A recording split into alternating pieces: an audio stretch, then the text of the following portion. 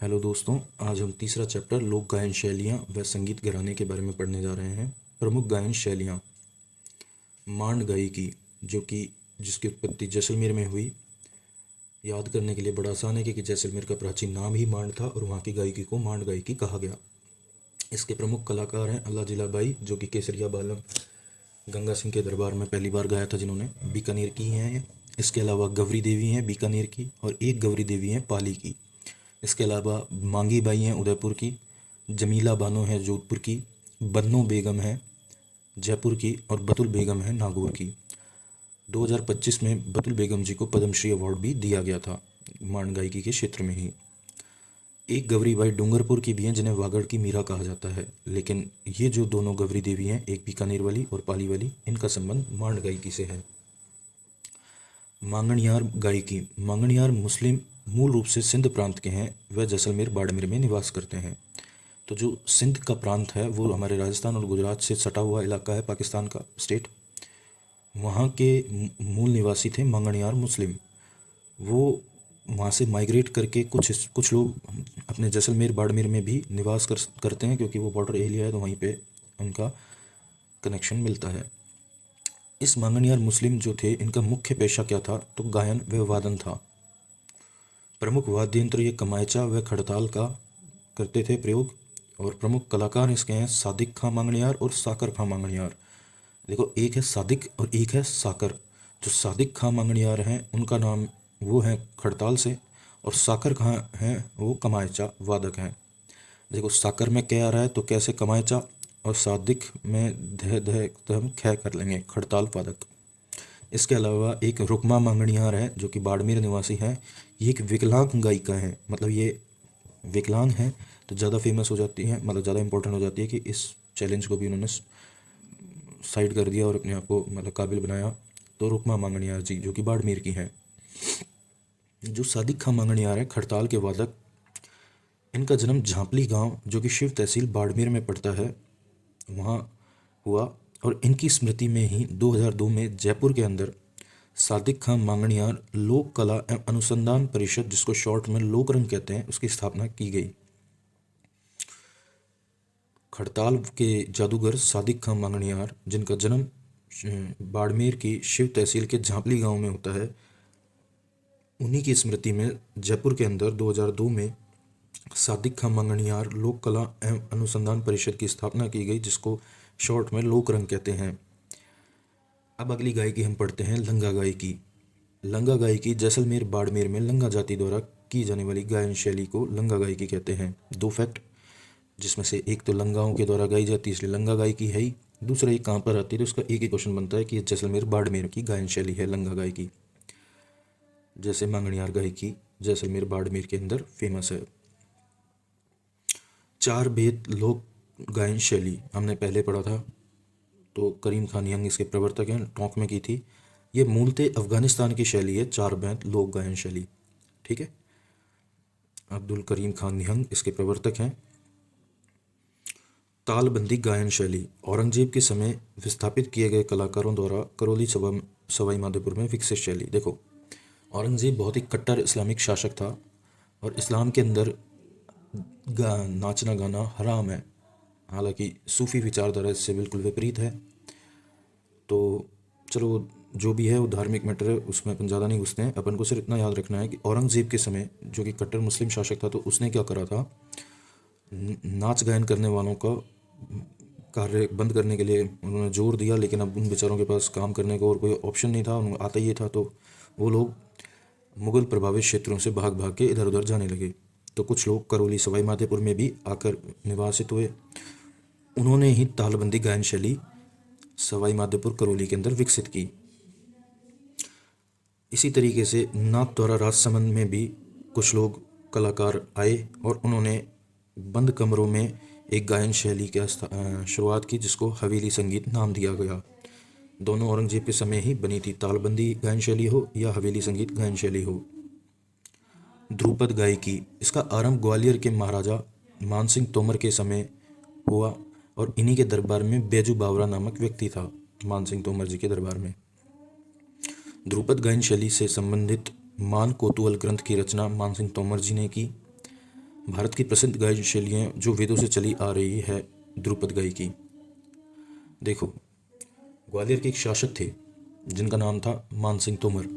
उनके दरबार में एक बेजू बावरा नाम का विद्वान कलाकार था। मानसिंह तोमर जी का भी ध्रुपद गायकी में काफ़ी इंटरेस्ट था, तो उन्होंने मान कौतूहल नाम से एक ग्रंथ की रचना की जो कि ध्रुपद गायकी पे बेस्ड था। ये ध्रुपद गायकी अभी की नहीं है, बहुत पुरानी है, वेदों के टाइम से चली आ रही है। लेकिन मध्यकाल के अंदर ध्रुपद गायकी की 4 अन्य शैलियाँ या वाणियाँ विकसित हुई, जैसे गुहार हारी वाणी। गुहार हारी वाणी ग्वालियर के अंदर विकसित हुई तानसेन के द्वारा। इसी तरीके से खंडार वाणी सम्मुखन सिंह द्वारा उनियारा टोंक में विकसित हुई। डागुर वाणी ब्रजनंद डागर द्वारा जयपुर से उत्पत्ति हुई, लेकिन इसको प्रसिद्धि किसने दिलाई? तो प्रसिद्धि दिलवाने वाले थे बहरम खां डागर। प्रवर्तक ब्रजनंद डागर हैं और प्रसिद्धि बहराम खां डागर ने की। नोहार वाणी श्रीचंद नोहार द्वारा, जिसकी उत्पत्ति जयपुर से की गई। तो हमने पढ़ा गुहार वाणी, खंडार वाणी, डागर वाणी, नोहार वाणी। गुहार वाणी ग्वालियर की, खंडार वाणी उनियारा टोंक की, और डागर वाणी जयपुर की, और नोहार वाणी भी जयपुर की। एक ग्वालियर की है, 2 जयपुर की, एक उनियारा टोंक की है। गुहार वाणी तानसेन के द्वारा, खंडार वाणी सम्मुखन सिंह के द्वारा, डागर वाणी ब्रजनंद डागर के द्वारा, नोहार वाणी श्रीचंद नोहार के द्वारा। एक फैक्ट एक्स्ट्रा है कि बहराम खां डागर ने ही डागर वाणी को प्रसिद्धि दिलाई थी, भले ही उसके प्रवर्तक ब्रजनंद डागर थे। अकबर के समय तानसेन, इनके गुरु स्वामी हरिदास जी और गोपाल प्रसिद्ध ध्रुपद गायक थे। अकबर के समय 3 ध्रुपद गायक थे। कौन कौन? तानसेन थे, और तानसेन के गुरु स्वामी हरिदास जी थे।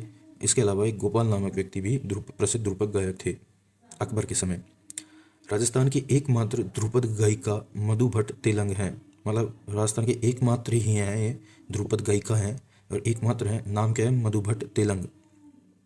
एक एक्स्ट्रा फैक्ट बताता हूँ। कबीर यात्रा एक गायन यात्रा है जो राजस्थान पुलिस द्वारा प्रतिवर्ष स्थापित संचालित की जाती है। ये सांप्रदायिक सौहार्द बनाने के लिए की जाती है। पर्यटन विभाग व लोकायन संस्था जो कि बीकानेर में है, उसका भी इसमें सहयोग लिया जाता है।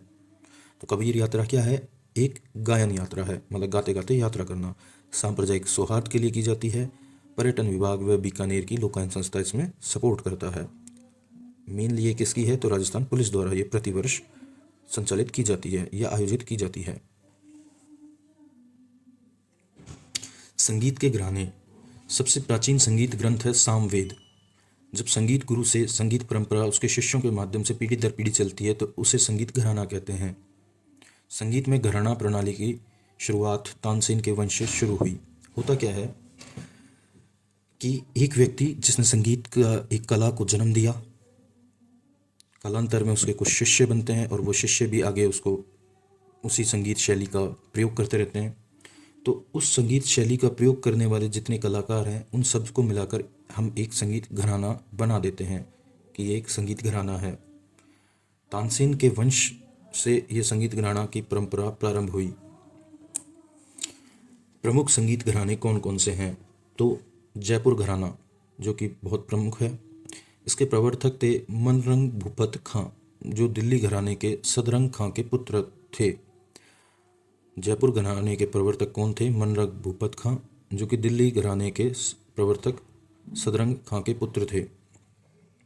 जयपुर घराना कथक नृत्य शैली का आदिम घराना है। कथक घराने के प्रवर्तक भानुजी महाराज व कलाकार बिरजू महाराज हैं। देखो मैं समझाता हूँ। अभी हमने पढ़ा कि घराना क्या है कि एक संगीत परंपरा को गुरु के बाद उसके शिष्य भी लगातार पीढ़ी दर पीढ़ी चलाए जा रहे हैं, तो वो संगीत घराना बन जाता है। और तानसेन के वंश से ये प्रारंभ हुआ। तो हम दिल्ली घराना एक था जिसके प्रवर्तक थे सदरंग खां। कालांतर में सदरंग खां जी के एक पुत्र हुआ जिसका नाम था मनरंग भूपत खां। उन्होंने जयपुर घराने का प्रवर्तन किया और यही जयपुर घराने के अंदर कथक की शुरुआत करने वाले थे भानुजी महाराज, और उस कथक को फेमस करने वाले थे बिरजू महाराज। जयपुर जो घराना है इसकी आगे जाकर 2 उपशाखाओं में बट गया। एक पटियाला घराना चला गया और एक अतरौली घराना चला गया। मतलब एक पटियाला की तरफ शाखा गई, एक अतरौली जो कि यूपी के अंदर पड़ता है वहाँ शाखा गई। जो पटियाला शाखा गई उसके अंदर फ़तेह अली और अली बख्श 2 व्यक्ति थे जो उन्होंने पटियाला घराने का प्रवर्तक माना जाता है। ये टोंक के नवाब इब्राहिम के दरबारी थे, फ़तेह अली और अली बख्श। पाकिस्तानी गज़ल गायक गुलाम अली भी इसी घराने से संबंधित हैं, पटियाला घराने से। मतलब टोंक के नवाब थे इब्राहिम, उनके दरबार में दो कलाकार थे, फ़तेह अली और अली बख्श। ये हैं तो जयपुर घराने के ही हिस्सा, लेकिन ये कालांतर में चले जाते हैं पटियाला और वहाँ पर नए रूप से इस घराने की स्थापना करते हैं, तो पटियाला घराना कहलाता है। कालांतर में इसी घराने के अंदर गुलाम अली नामक गज़ल गायक आते हैं, जो कि पाकिस्तान के फेमस गज़ल गायक हैं।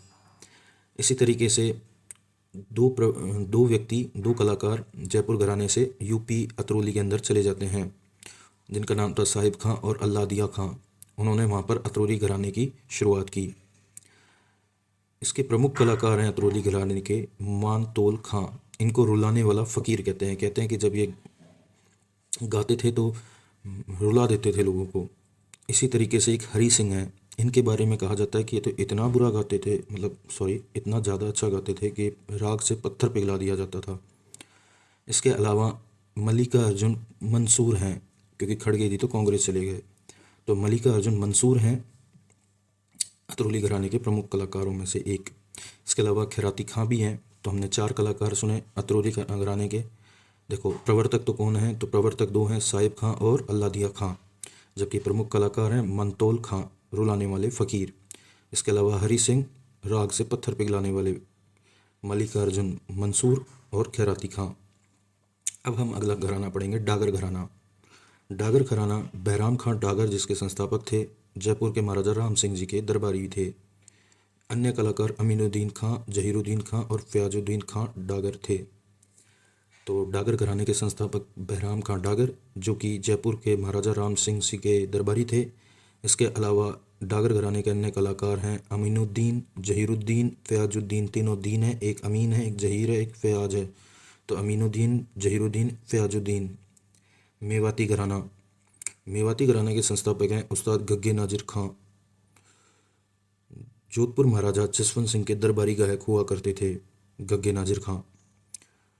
कालांतर में इन्होंने मेवाती घराने की स्थापना की। इसके अलावा इसके अन्य कलाकार हैं पंडित जसराज, मोतीराम, ज्योतिराम, मणिराम। सारे राम हैं, जैसे पंडित जसराज, मोतीराम, ज्योतिराम, मणिराम। नाम आसानी से याद भी हो जाएंगे, मोतीराम, मणिराम, ज्योतिराम और जसराज, पंडित जसराज। ग्वालियर घराने की शाखा इसको माना जाता है, मेवाती घराने को। अल्लाह दिया खां घराना। अभी हमने पढ़ा था अल्लाह दिया खां के बारे में। उन्हीं अल्लाह दिया खां, जो कि अतरौली घराने के संस्थापक हैं, उन्होंने एक अलग से घराना भी स्थापना की, जिसका नाम अल्लाह दिया खां घराना रखा गया। अल्लाह दिया खां को संगीत का सम्राट, माउंट एवरेस्ट ऑफ म्यूज़िक भी कहते हैं। बीकानेर घराना। रजब अली बिनकार, जो कि वीणा वादक हैं, इन्होंने बिनकार घराना का प्रारंभ किया। बिनकार घराना के प्रवर्तक कौन है? रजब अली बिनकार, जो कि वीणा वादक हैं।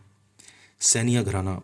सैनिया घराना सूरत सेन, जो कि तानसेन के पुत्र थे, उनके द्वारा प्रारंभ किया गया। जोधपुर घराना, जिसको रंगीला घराना भी कहते हैं। रंगीला घराना क्यों कहते हैं? इनके प्रवर्तक के नाम पर कहते हैं। नाम है रमजान खान रंगीले। रमजान खान रंगीले, जिनके नाम पर जोधपुर घराने को रंगीला घराना भी कहा जाता है। अब हम कुछ प्रमुख संगीतज्ञों के बारे में पढ़ लेते हैं। जैसे अल्लाह जलाई बाई, बीकानेर की मांड गायिका हैं, जिन्होंने 1982 में पद्मश्री और 2012 में राजस्थान रत्न पुरस्कार प्राप्त किया। ध्यान देने योग्य ये है कि 2012 में जब इन्हें राजस्थान रत्न पुरस्कार मिला, तब तक ये स्वर्ग सिधार गए थे। राजस्थान की मरु कोकिला भी इन्हें कहते हैं। 2003 में इनके ऊपर 5 रुपये का डाक टिकट जारी किया गया। तो कालक्रम पढ़ लेते हैं। 1982 में इन्हें पद्मश्री मिला। उसके बाद 2003 के अंदर इन पे 5 रुपये का डाक टिकट जारी हुआ। कालांतर में 2012 में इनके मरणोपरांत इन्हें राजस्थान रत्न पुरस्कार मिला। जगजीत सिंह गंगानगर के गज़ल गायक हैं और इन्हें भी 2012 में मरणोपरांत राजस्थान रत्न पुरस्कार प्राप्त हुआ। साकर खां मांगणियार, जिनके बारे में हमने पहले भी पढ़ा था, ये हमीरा जैसलमेर के हैं और कमायचा वादक हैं। इन्हें 2012 में पद्मश्री मिला। प्रेरणा श्रीमाली, इनका संबंध कथक से है और बांसवाड़ा ज़िले से इनका संबंध है। ये जयपुर घराने की वरिष्ठ नृत्यांगना हैं प्रेरणा श्रीमाली। महमूद धौलपुरी हारमोनियम के जादूगर कहलाते हैं महमूद धौलपुरी। पंडित विश्वमोहन भट्ट जयपुर के हैं। इन्होंने एक नया वाद्य यंत्र ही बना लिया, मोहन वीणा, अतः इन्हें 2002 में पद्मश्री पुरस्कार प्राप्त हुआ। 2012 में इन्हें भी राजस्थान रत्न पुरस्कार दिया गया और इन्होंने वर्ल्ड लेवल में एक अवार्ड होता है ग्रेमी अवार्ड, जो कि सिंगर्स को दिया जाता है, वो भी इन्हें प्राप्त हुआ।